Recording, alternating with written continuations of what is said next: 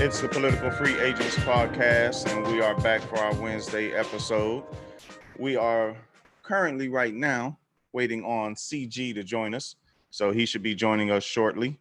Um, Mike is out tonight, but we wish Mike well. Mike is actually hanging out with the family, has some things going on that front, so we can never be mad at that, right? It's all about the family when it boils down to it, but either way, those of you that are joining us on audio, welcome. Those of you on video, welcome as well.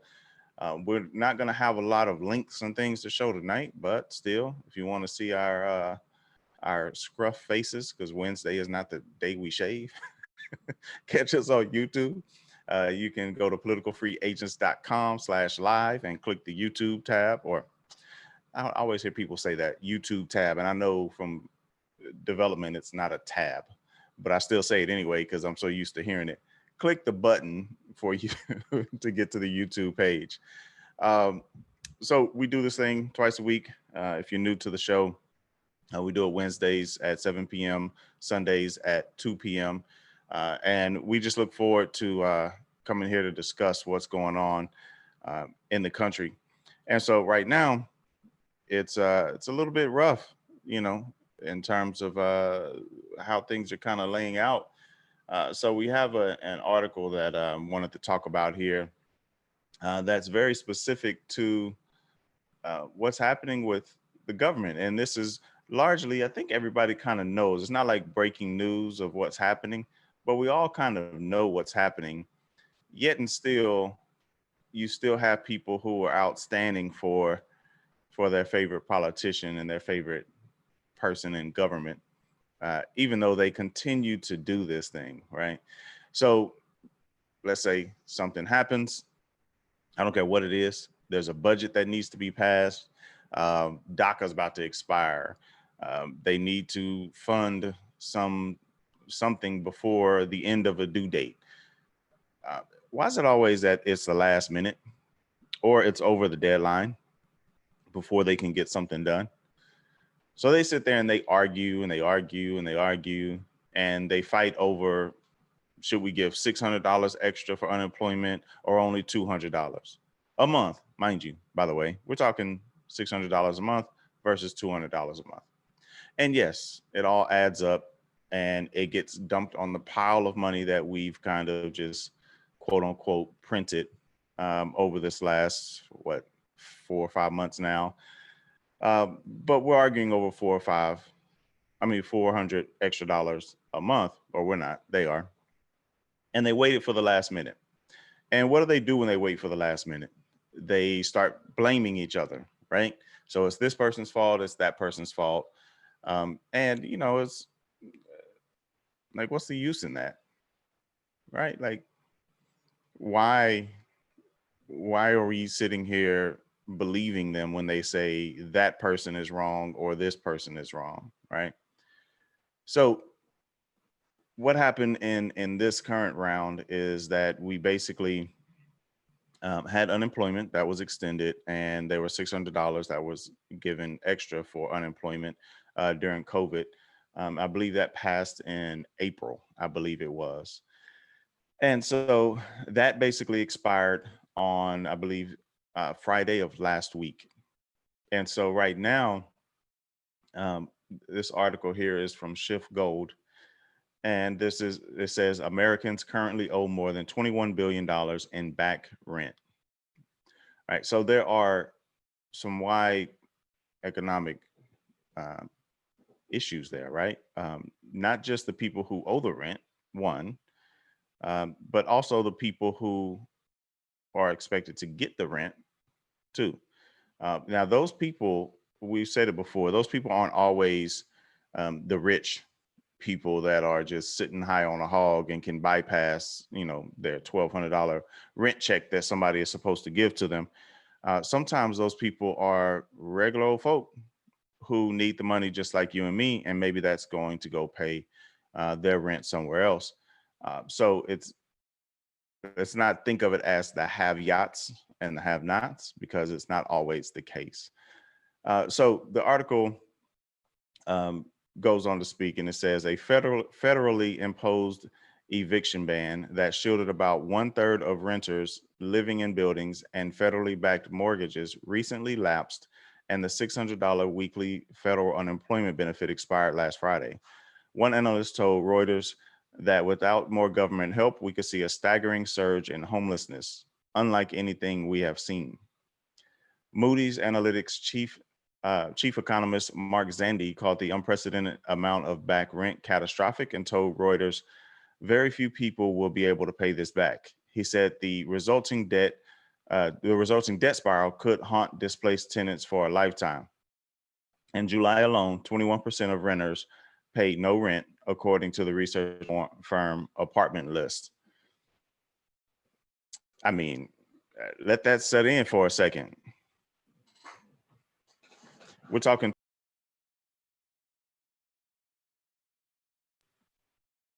21%.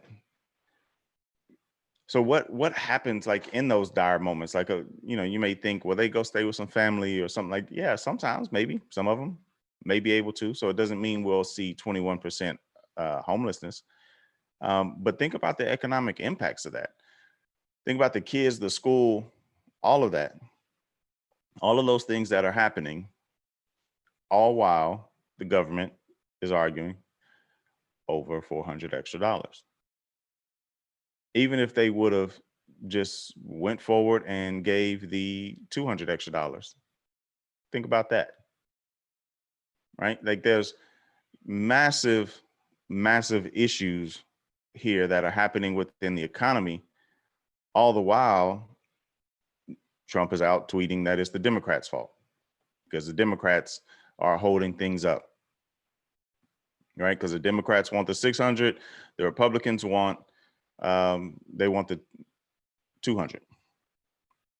So they're sitting there arguing about this 200 versus $400 extra for unemployment.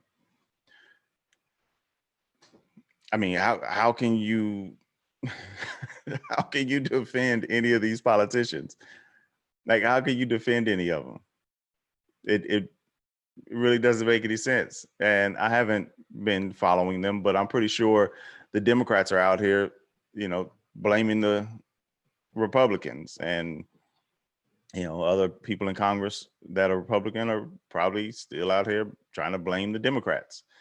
There was one about 3 weeks ago or so, I believe the the Democrats has submitted a proposal for getting this done. It doesn't start getting into talks and debates and stuff until the week before. I mean, and when I say the Democrats, I mean the House had passed their part, but in the Senate it's just sitting there. Like, let's argue over $400. Is what it is. So if you go back to, and by the way, if you haven't watched the Axios interview with President Trump, that's what the "is what it is" reference is referring to. Highly suggest you take a look. We may talk about it a little bit later. All right. So last episode, we talked about gold, Bitcoin, and, the different approaches we could take to basically stave ourselves off from an economic downturn like this before. So this article continues, mind you, it was shiftgold.com, SCHIFF gold.com. It goes on to say, we're already seeing the impact of dollar debasement with gold surging over $2,000 an ounce and the dollar index sinking lower. Peter Schiff has said the dollar is not just going down, it's ultimately going to crash. So if you haven't listened to the last episode, I highly suggest it. I'm not going to go back through all of the ins and outs of what we talked about. Mike did a great job of really breaking down how to do this, how things work, how to get some gold, what about the Bitcoin, these sort of things. And so I highly suggest go listen to episode 80. You can check that out, politicalfreeagents.com/episodes, or anywhere that podcast exists, iTunes, Deezer, all those places. All right. So what we have to do as Americans is we have to stop letting the government play us like this. There's nothing that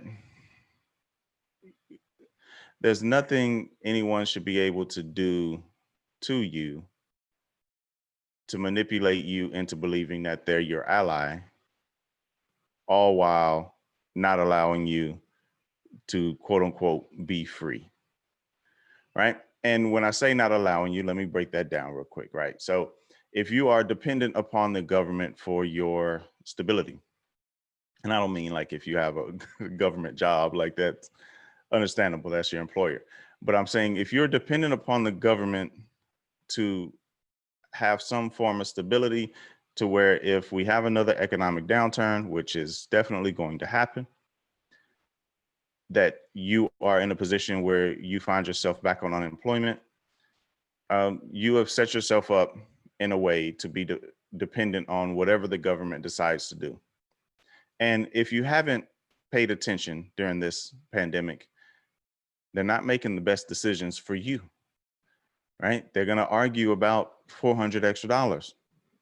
So if they're going to argue about $400 extra and how that impacts, you know, people in terms of wanting to go back to work, because that's what they're arguing about. The Republicans are saying that the extra $400 is incentivizing people not to return to work. It's telling people, stay home. That covers enough to make it like you have a full-time job. Stay home. And so because they feel that way, and there may be some evidence to that, I'm not sure how widespread people are choosing that over going to get real work. You know, and mind you, in some cases, quote unquote, real work is not available, right? Because the job market is severely down as well. So they're arguing over those pieces, all the while you're on the string of waiting to see, can I pay rent based on whether or not the government comes in and helps. So again, last episode, we talked about some options. In general, there are other things that we can do to try to protect ourselves from, you know, needing government intervention. One of those things is 6 months of savings. So stack up 6 months, get those 6 months and put them away. Don't touch it. Leave it there. It may take a little bit, could take a while, but that should be your goal. And you should work towards getting that in place. And so if you do that, the moment that we hit a pandemic and you're not able to be employed, you have 6 months, you know, backed up that you can lean on. Now, I've heard this years and years and years. My mother used to always tell me, you need to listen to, what's his name? I have his book right over here. Dave Ramsey. I don't know why I was thinking Dave Rubin. You need to listen to Dave Ramsey. And this is one of Dave Ramsey's favorite things to talk about, is basically having the 6 months stored up. He calls them the baby steps. And I'm not here to, you know, sell Dave Ramsey's books or anything like that. But it's not bad advice, right? Like if you have 6 months stored up right now, things took a turn in March. It's now August. You're down to probably about your last month of cash if you have 6 months stored up and you were not able to make any money. You got no stimulus check and you had no unemployment benefits coming in. You would have those 6 months stored up. So just in general, a practical thing to do. Try to get as much as you can stored up and stacked.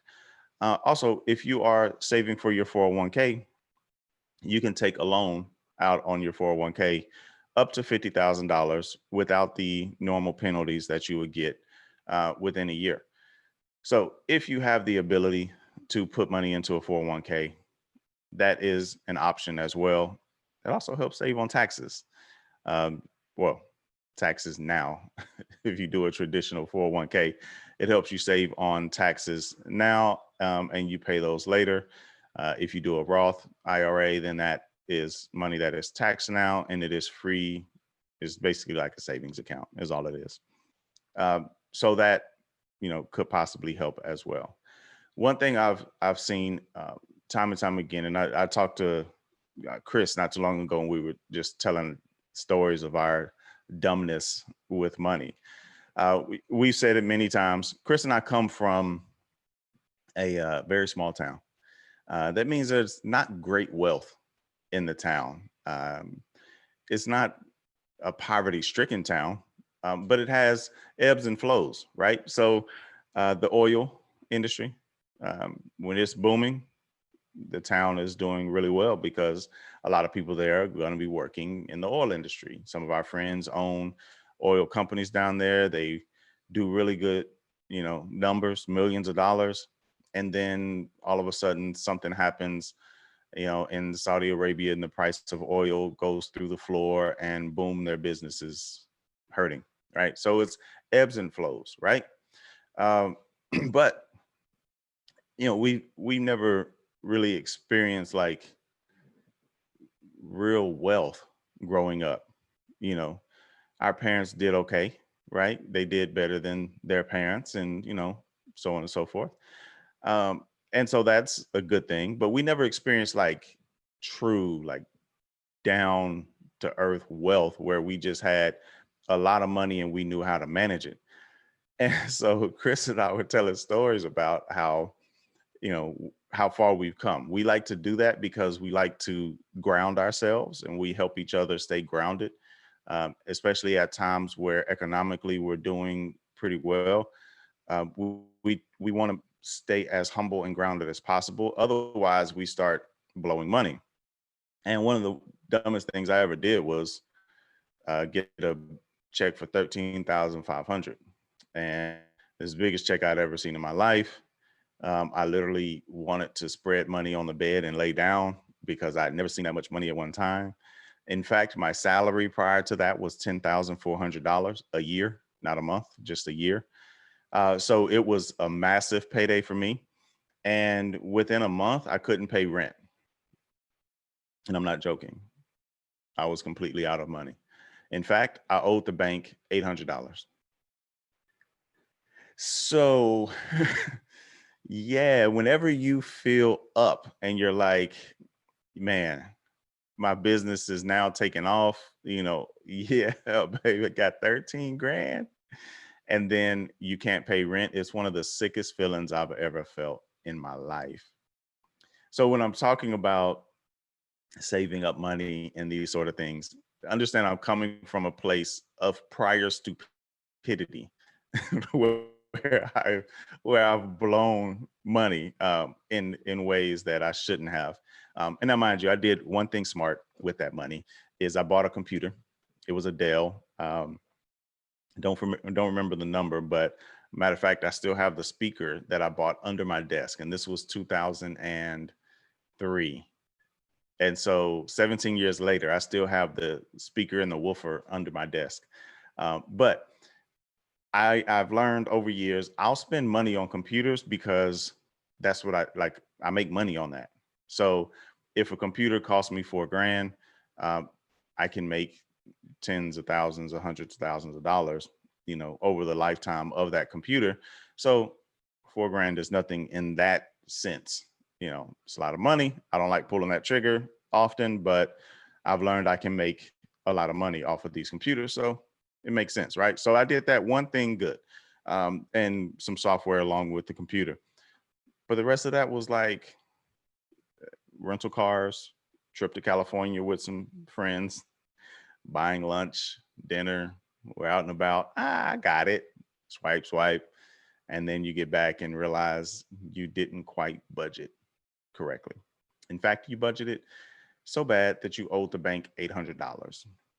And you never want to call from the bank, and the bank is like, Mr. Bland, hey, how you doing? Just wanted to talk to you and see if everything was okay. See, your account is negative.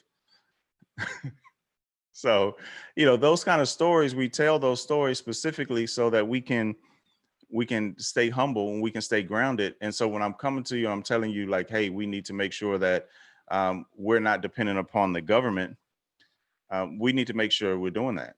right? We need to make sure we're not waiting on the government to provide us with that that money, so that way we can live. We have to provide for ourselves. We have to stop depending on them, because if we continue to depend on them, they're going to continue to do these things like argue over an extra $400 a month, right? That's right. All right, That's so exactly right. we got CG on the line. So what's going on, CG? It's been busy, man. It's been my days have been filled with softball, more softball. I'm proud to announce that my daughter Lauren finished her season off pretty successfully, and she has now got the invite to try out the 3 of the top teams in Texas, and I think she is probably going to make one of those teams. So we are extremely proud of Lauren. Dope, dope, dope. Lauren is the MVP. That's what I always call her when I see her. What's up, MVP? Say hi, Lauren. There she is. She is, you know, man, it's been incredible to see her mindset really change, man, and watch her flip, watch her mindset flip. And we're proud of her, man. I mean, she works really, really hard. She is a great kid. Yeah, no doubt, no doubt. And I just want to call out for those of you that are watching this on YouTube. Can we just get a round of applause for Chris? He has facial hair again. And I don't even know how I feel about that, but I feel happy to see that. It won't be too long, man. It won't be too long. I got to go back into Valero probably in the next 72 hours. So it's coming off again, most likely. Oh, man. And it is what it is. They cut them checks though, brother, so I can't complain. Hey, that's what we're talking about right here. Was cutting those checks. So what we're looking at, CG, is I was just going over this article about that Mike had posted about the Americans currently owing more than $21 billion in back rent, and just, you know, talking in the vein of we're waiting on the government. You know, as a nation, like, we're waiting on the government to make these decisions, and we got to take that power out of their hands. Yep. Because they're arguing about an extra $400 a month, while $21 billion is owed in back rent, and there's 21% of people who are or renters paid no rent in July alone. And so, you know, they're looking at a potential surge in homelessness. Yep. And they're also looking at, just in general, all the other financial issues that come along with that, including the potential crash of the dollar. So largely, man, just trying to talk people through different things to protect them in the future, saving up 6 months of rent or 6 months of expenses, you know, putting money away in some investment channels, things like that. In order to be able to not have to depend on the government in this way in the future. So, right. You know, I started telling the story that you and I were talking about when I blew that 13,000 and I needed to pay rent and couldn't at the end of the month. I mean, man, it's easy to do, man. I mean, it's an easy thing to do when you got, you know, a ton of money in front of you. I mean, I like I said, I've I mean, I think we've all kind of done the same stupid thing before. You know, I know I've done something similar to it. I mean, I told the story, you know, to you, man, when, and I think everybody needs to go through it and realize what dumb and blow a bunch of money at one time, just so you don't do it again. But man, I know what it's like to go out and spend $10,000 in a day, you know, on stupidity, just in the mall buying whatever you wanted to. And it is stupidity at its finest, man, is what it is, you know. But yep. You know, that's, sometimes you learn lessons the hard way, man. Sometimes you just gotta learn the hard way. You know what I'm saying, John? Yeah, man. It's made me way more conservative in how I manage my money, specifically because, you know, I've been down that rabbit hole of being broke, like having money and then being broke, and then making more money and then finding ways to spend more money. And the more I do that, the more I'm in a position to where, you know, I'm at the end of the day looking at myself like, how did I even get here?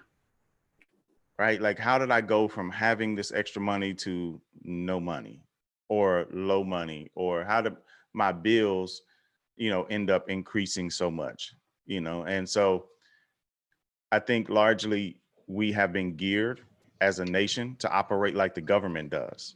So as people, we tend to run debt, and we tend to think that debt is the way that it works, right? So I was talking to my nieces and talking to them about just how to operate some financial maneuvers. And, talking to one of my nieces, I was telling her about buying a car, and she was like, you can buy it with cash. Yeah. And I was like, well, see, they don't talk to us about how we could actually do those things. They don't teach us those things on how to do it. And she was like, yeah, they didn't tell us any of this in high school, And so Correct. we're geared to this debt mindset. And because we're geared in that way, we think we need to get all this debt. And Mike could break down the debt slavery that we're in and all that sort of stuff better than I could parrot or still man that discussion. But, if we can get ourselves out of that system, now we can operate in a much stronger position than what we currently are right now. So that's my hope for everyone. It is a form of power over you, right? Like that is, it is a form of power. Sorry, John, I had to put my face mask on. I got off at the store, but it is a form of power, man. I mean, at the end of the day, that's, keeping you indebted, keeping you in a revolving system to where you're paying on interest, high interest credit cards, high interest rates, combined with stagnant wages, combined with rising rents, matter of time, right? Absolutely. And I think that's the time that we've hit right now. Having lived through like the '08 crisis when things got real bad and all of that, it wasn't like this. This hit all sorts of industries, very broad, and it really hit people in a very, very tough way. And I think last time we fell into that trap of getting comfortable again. And I hope we don't do that again as a nation. I hope we don't do that again. I hope we get to the point where we're like, you know what? The government sucks. They're not going to look out for us. Mm-hmm. They're going to do these pump and dump schemes. Like, did you see the link I posted earlier about Kodak? Kodak's stock was $2. Absolutely. The government decided to extend. Wasn't that the most ridiculous thing in the world, man? They decided to extend a loan. Quick backstory for everybody. They extended this loan, the government did, to try to save Kodak. The stock goes from $2 to $60. And then it drops down to 45, and then it comes back down to 15. So that means if you owned $1 million worth of stock in Kodak, when it hit 60, if you sold, you now had $30 million worth of stock, or cash if you sold it. When it went to 45, you still ended up 22.5%, or 22.5x basically. So like people made boatloads of money on that. And so they're investigating whether it's like this insider trading sort of thing, but just think about the amount of wealth certain people in that transaction made. And the stories are endless during this pandemic of yes, it is, people in government, around government, like making out like gangbusters during this time. Listen, man, that is exactly, it's things like that why so many of these elected officials love and will cover for someone like Donald Trump, because he acts as such a diversion. He says so many divisive, so many just absolutely destructive and idiotic things that he commands enough attention for them to hide behind that masquerade. In saying that, all of the independent channels that are supposed to be investigating these type of things all have cronies that are appointed to them, and most of them weren't even they didn't even go through the process of being appointed. They're all acting directors of whatever it is that they exist in. Right. And that's by design. That's exactly by design. So they know these things, man. It's absolutely no accident. And in saying that, those exact same people benefit from him when he gets on and says something like, you know what, maybe we should put a tariff on steel. Well, let's say, right, you know, the stock for U.S. Steel drops $35 a share. And then at the end of the day, he's like, you know what? I was just kidding. And now it goes up another $50 a share. People profited on that trade. Yep. Pump and dump. It has been going pump and dump. It has been going on all of these last 3 years, and people have made trillions and trillions of dollars. Literally. Collectively. And it may sound like, not trillions, literally trillions over the last 3 years. And even in the pandemic, what was the last number? It was like 400 billion or something like that, that they made in, I think, April or March, just billionaires. So I'm pretty sure, I haven't looked at it yet. I am pretty sure that these exact same people that are involved in these pump and dump schemes are probably shorting the U.S. housing market again, much like they did the last time, because they see the writing on the wall. And it's not even hard to find. You can find all of the writing on the wall. So they're sitting over here jockeying back and forth over things like $400 a month. And meanwhile, the FBI, who Trump has openly questioned for the entire 3 years, Peter Strzok, all those people who he has just gone to war, McCabe, that he has gone to war with. Now they're getting $1.75 billion for a new FBI building.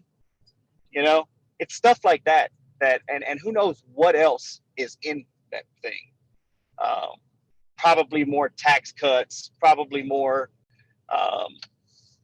you know, favors for friends of friends. You know, yeah. I can't remember what the number was, but I want to say that something like $30 billion of that money was earmarked for defense contractors already, you know, for fighter jets and all this other stuff. And you can say whatever you want to about, well, we have to prop up and we have to rebuild the military and we have to do this. And look, man, all that is cronyism under patriotism. They don't give a damn about the military. They may give them a little bit of money as a wage rage, but all they're doing is giving more money to defense contractors so they can go fight corporate wars. And there is no other answer about it. Without a doubt. Trump said it in his interview recently. They say, well, the military, you know, feels this way, or they have this stance. And he says, I don't care what the military says. Yeah. Right? Yeah, and exactly. It's like, no, man, you guys have to be able to see these things for what they are. And he's not alone in this. It's not just, for those of you Trump supporters that are listening, it's not just a Trump thing. This is what they do. Right? Like, he is, you know, bottom of the barrel type president that's going to do whatever he can do. And that's where they all exist. Right? Absolutely. Because it's going to happen. If you don't think Obama did stuff like this, Solyndra, right? Like, just look it up. So, right, like these things, you know, this is what they're trying to do, man. Like, this is how the bubble they exist in. Trump is a lot more brazen and has probably done it more if you want to play the numbers game, but still, they're brazen. They're going to do these things and they're going to do them right in front of you. And you're just going to continue to sit back and depend on them. So what do they say, John? It's a big tent and you ain't in it. Right. And so that perfect segue, because I came to the conclusion, I guess, last year, a couple years ago or so, I was like, I honestly don't think I can find a way to beat this system. So I'm just going to take as much advantage of it as I can during this time and just join in and then utilize what I can get out of the system to help others. You know, so the system is going to be problematic no matter what we do. They're going to do what they can. So for me, it's like, shoot, I'm going to use the system and I'm going to get what I can. And then I'm just going to use that to help other people. Yep, absolutely. Right? So there was an article that came out. This is something new that Google is doing. And, you know, people are railing about it because it's Google. But look, man, this is something in the industry that needs to happen. And so I'm pulling it up real quick. But basically, something in the this is tech industry specifically. Something that's in the tech industry has been this desire for people to have these degrees. Yep. And these 4-year degrees have been propped up over, you know, just if you could be skilled, but you don't have that paper, like it's a problem. Right. And so the industry kind of went to this route of requiring a 4-year degree or 3 years experience. And how do you get the experience if you don't have the 4-year degree and people won't hire you? Right. So it's like this catch-22.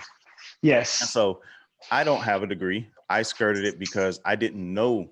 I just was like ignorant to how the industry worked. I didn't know I could go work at a company without a degree and be able to get that experience. So when I first started, I started as a business owner. And so that was cool, but I had a whole bunch of problems in doing that. You know, I missed out on, you know, well over a decade of, you know, like 401k offerings and things like that companies offer, all because I didn't have the requisite education that they required for me to work there. And so the things have been shifting quite a bit. And there's all these socioeconomic, you know, discussions we can have about people being able to get degrees and how all of that stuff works out, et cetera, et cetera. But let's just all understand and agree at this point that not everybody's able to get to college. And if you do get to college, not everybody's going to graduate. And if you do graduate, you're going to have a lot of debt, most likely. You're exactly correct. And let me tell you, you know, go ahead, John. I'm gonna say something after you're done. Right. So Google is coming out with this new program. It's called Google Career Certificates. And it says, learn job ready skills to start or advance your career in high demand fields. These certificates developed by Google connect you to top national employers who are hiring for related roles. And so the IT industry, I tell people all the time, the tech industry is not going away. So when you look at things like automation, that's going to take over things like McDonald's or, you know, fast foods sort of stuff, shipping, how places like Amazon, they're going to do as much as they can to automate because robots can work 24/7. You correct. can't. There's no labor law against a robot or machine operating. And it may cost them $1 million for the machine, but then they can run that machine for 5 years continuously and make that money back easily, right? So the automation of those things are gonna, or of our industries, it's like the Industrial Revolution. So when the Industrial Revolution came out, if you were someone who was, you know, the person in the factory that was putting certain things together, or I guess not in the factory, but prior to that, if you were manually putting things together and all of a sudden it's now industrialized, you were pushed out if you didn't adjust, right? Tech industry is in the same position now where or not the tech industry, but the tech industry enables this this change by somebody has to write the programs for this software. Somebody has to test them. Somebody has to deal with the data analytics that come from them in terms of, you know, adjusting them and reshaping them. So the tech industry right now is in a position where you can have a solid career. Now, it does not mean that people aren't losing their jobs right now, because they definitely are in the tech industry. Yes. But yes. The idea that Google's coming out with these career certificates, and is coming soon, they're discussing like a data analyst can make 66 grand, project manager 93, UX designer 75. And I can tell you those are very conservative estimates, because you can be a UX designer, I know them, making 150, right? So you can easily, rise up in that space. An IT support specialist, 54 grand. These are just suggestions that they have on here, and these are median wages. But what this is doing is allowing people within 6 months to be able to get this certificate, and it only costs $300. And so as opposed to going 4 years and doing a whole bunch of core curriculum, math, science, et cetera, you're focused on getting this specific certificate that you can print out, hand to employers, and they know that you went through this specific training, right? So the knowledge is more important than the paper. Just because you went to 4 years doesn't mean you retain that knowledge. So I love the idea of this coming out, and I hope more big time companies end up doing this and providing more certificates that can be provided. So when I say I've decided I'm gonna take advantage of the industry just like everybody else, or take advantage of the economy just like everybody else, I'm doing that, and I'm offering to pay for people's certificates, right? Like if you want to get into the tech field, it doesn't have to benefit me one bit. But if I can give you $300 and you now have a 6-figure career out of it, I mean, this is only furthering people to get off of the government's back and stop giving them that power. Because the more we depend on them, the more power they have, and we have to stop that. Absolutely, man. Absolutely. And it's from the automation standpoint, John, I'll tell you, I had a brother-in-law who worked for Frito-Lay, who was at Frito-Lay for 30 years. His position was fully manual. Well, they came up with these robots that could work 24 hours a day, 7 days a week, 365 days a year, unless they were down for maintenance. And now, with that being said, they do have a margin of error in them, and sometimes that computer code will go astray and awry. He had someone that was killed by one of those robots there on site at work because it malfunctioned. That is a very real thing. But even with a lawsuit settling that out, they still come out ahead regardless. So, right. I will tell you, me personally, coming from a small town, and John knows this, I was lucky to have a mother and a father, especially a father who had a great job, who was able to build wealth, but he didn't have the opportunity to go to college. My dad was extremely poor. He went to Sam Houston State University, had a partial football scholarship there, but couldn't afford to pay for the rest of it. So he came out, got into the oil field, made a 47-year career out of it with no formal back education. The goal of going to college was really his dream for me, which was exactly why I did it. I went, got a political science, criminal justice degree, went to the Institute for Law and Public Affairs, got admitted into St. Mary's Law School, and decided, you know what? I personally don't want to go into another $100,000 worth of debt for law school. So I didn't do it. Came out, got into the workforce. And if I would have known then what I know now, working on the side of the oil and gas industry that I do, I would have probably either been an electrical engineer or I would have learned something about the electrical trade that would have still gotten me where I am now. And, right. Being on the sales and support side that I am, I can tell you, it's very easy to make a 6-figure salary, and it's very easy to get way up in the 6 figures, but you don't have to kill yourself, man, with a college degree to get there. That being said, John, I saw a post up that you had mentioned last night in regards to sponsoring someone's certificate if they could give you a fully valid reason as to why. Am I correct in that? Absolutely. And it's not hard to convince me. You want to elaborate on that a little bit? Because I'll tell you this, I've known John for a long time. John and I have known each other, man, since we were kids. John and I have come up in this thing together, man. Our lives, family-wise and career-wise have kind of taken off at the exact same time.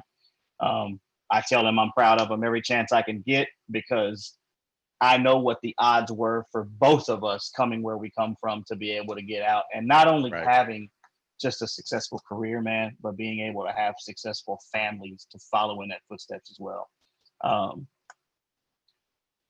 If John says that he is going to do something, he's going to do something. And I'm going to let him mention that, because I have that exact same opportunity that I want to share as well. Go ahead, John. Yeah. And this is something that I've done, for years, just privately. And, Chris and I talk about this a lot too, that we help a lot of people, but we don't say anything, right? Like, we help people at Christmas and we tell them, don't tell anybody that we did this, not a soul. And I'll never speak to it. And I tell them they don't even have to tell their kids that we did it, right? Like, that's right. It's not about accolades or anything to that extent. We do it because we know what it's like to not have it. And so in the event that, I see somebody in a position where they're not, like, they don't really have direction, sort of thing. They're looking for some sort of change, or they're trying to find their place. I'm like, dude, you need a computer, and that's it. And I can get you into the tech industry. I can show you how to, build basic websites and make money just by doing that. You don't even have to become a super highly talented programmer. I can show you how to get into this industry, sort of thing. And I've tried that numerous times with nephews and other family members, and they just won't, right? Like, I have computers, I'm waiting, to give them stuff like that, and they just won't. And I'm like, look, you can change your life, especially if you live in a small town. You can work from home. You don't have to go anywhere. All you need is internet.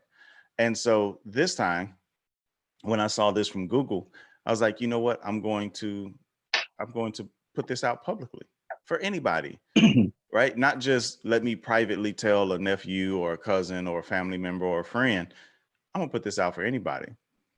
And I've had 4 or 5 people who are like, man, I've been interested in doing data analytics, or, I've been interested in this aspect of the field. Or, man, you know what? I've been wanting to do that thing. One person said, I was just trying to apply for ITT Tech before things shut down.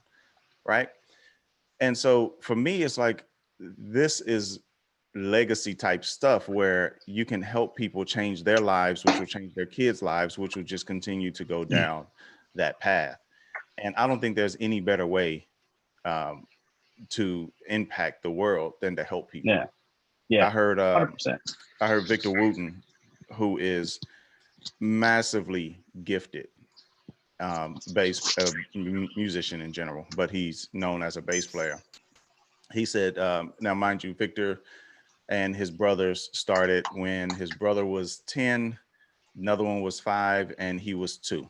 That's when they were gigging, and within 3 years they were on the road traveling with Curtis Mayfield. And so this was like prodigy type stuff, right? His parents, there were 4 boys, but his parents told them the world doesn't need more musicians. They need more. The world needs more good people. Like, anybody can play music, but there needs to be a purpose behind it, right? And so I take that really to heart. I think that's great advice, that the world doesn't need any more great programmers. It needs great people. And so part of that is me just doing whatever I can to help people, man. And so, man, I'm dead serious to anybody who may be listening that was on that thread or wasn't.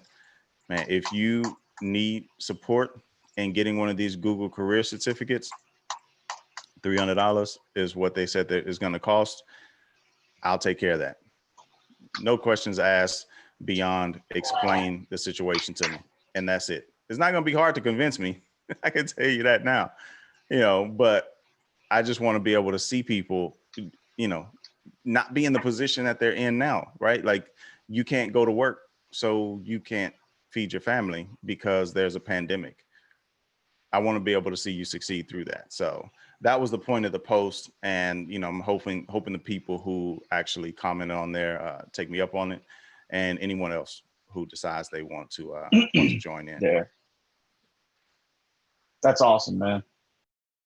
That's yeah, I get emotional talking about these things because it you know, man, it's one of the things my dad always told me when I was a kid. He was like, you never, if you have the opportunity and potential to help someone and potentially change their lives, man, you do it. You don't ask for anything in return. You know, my dad, Yep. his life was changed by Vince Linney and a man named John Crutchfield, who, when he came back from Sam Houston State, his only other option at the time was enlisting in the military and going to Vietnam. This would have been 70, 71. And he had two people take a liking to him, man. And they gave him a job for almost next to nothing. And he worked, man, and he worked. And, you know, this is someone that his father was a bad alcoholic. His mother was a high school dropout. He came from an abusive family. My biological grandfather was abusive. You know, my dad almost killed him as a 12-year-old, and he persevered through all of that, man, and turned it into a 47-year career and paved the way towards me. And my dad always told me that, man. He's like, you don't owe me anything. He said, but you make sure that you never deny someone the opportunity if you can give it to them. He says, you know, you don't brag about it. You don't seek anything in reward. You will get yours when it's time for you to get yours somewheres down the line. And I've always remembered that, man. You know, it's why when I do help someone, you know, I don't ask, and I know John's the same way. I don't want anyone to give me any credit for it. I don't want you to say anything publicly about it. That's between us two, man to man, man to woman, is a respect thing. You know, Julie and I have been in the position now to where, you know, she working directly through the S&P, you know, we've got some friends of ours that we're going to get ready to help that just went off to college and, you know, come from the same town we come from, and they'll now be able to, they want to go into the business world. She will be able to give them some exposure of what it looks like to be in the business world. Coming from a place where the economic opportunities are limited, man, that's like winning the lotto right there. That is like winning the lottery to be able to walk in and have someone potentially give you that opportunity. Me being on the oil and gas side that I'm on, which is the reliability, electrical engineering side of things, I work in all of the plants and refineries, and, you know, I'm fortunate to have made myself an asset. I have a very bright future. And one of the things that I was, that was brought up to me the other day was, I'm going to have the opportunity here in probably the next 45 to 60 days to bring someone on that will essentially thinks that they want to be in the oil and gas industry, but have no connections. They have no experience, but they think they want to do this. I know what I'm looking for, because if you tell me that money is the first thing that comes to your mind, I can tell you that you are going to be checked off the list immediately. This is a career, right? You know, this is something that can help you feed, you know, your family. John has seen the numbers. John and I have sat down, and John has seen the numbers and what the potential is long term.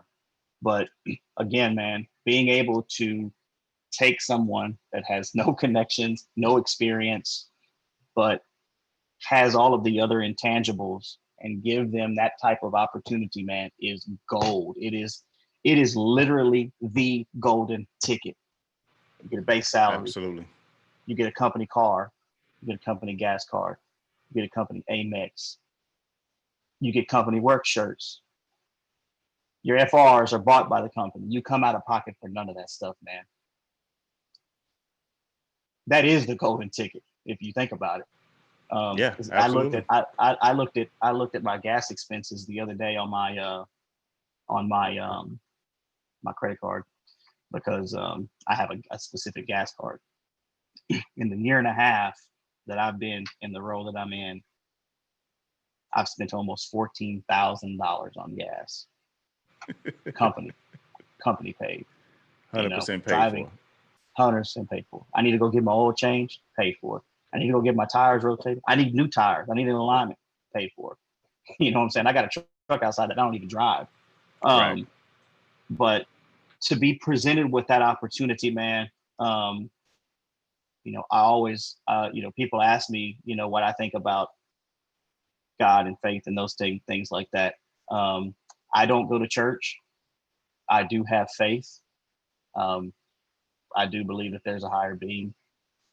And to be able to be presented with this type of opportunity goes along with what I believe in life in general is itself. And man, when I got that phone call the other day and they presented it to me, man, I sat in my hotel room. I was in College Station this past weekend and I cried, man, because it's full everything circle comes, for you. It's full circle. You know exactly where I was going, John. It's full circle, man. And to be able to do that, man, it's a powerful thing. Yeah, you're right, bro. This is the reason for it. Like if we're sitting back thinking it's just to gain our own wealth, that's not it, bro. Like this is that emotion that you're feeling right now that's what it's about, bro. It's about changing lives. And that right there, you never know where that one pebble in the pond, what ripple is going to come out of that and how that's going to impact other people down the line.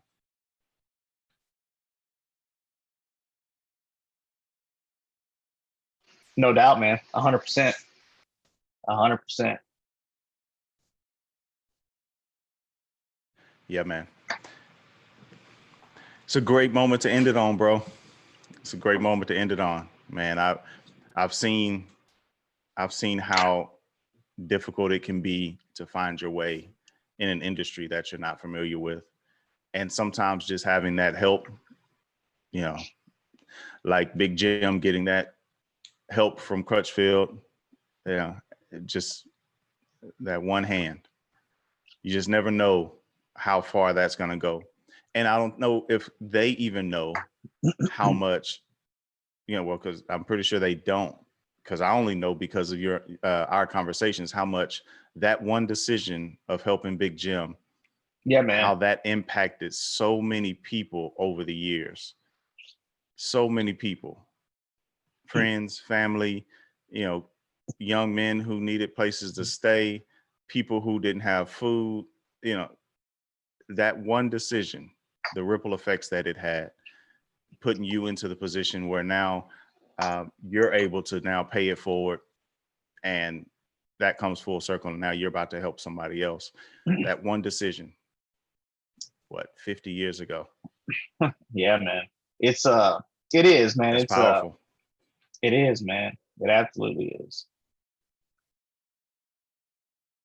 Well, that's what this is all about. That's what this is all about, everybody. So, man, I don't think we could ever end it on a better note, but the world needs more good people. This is why we do this thing.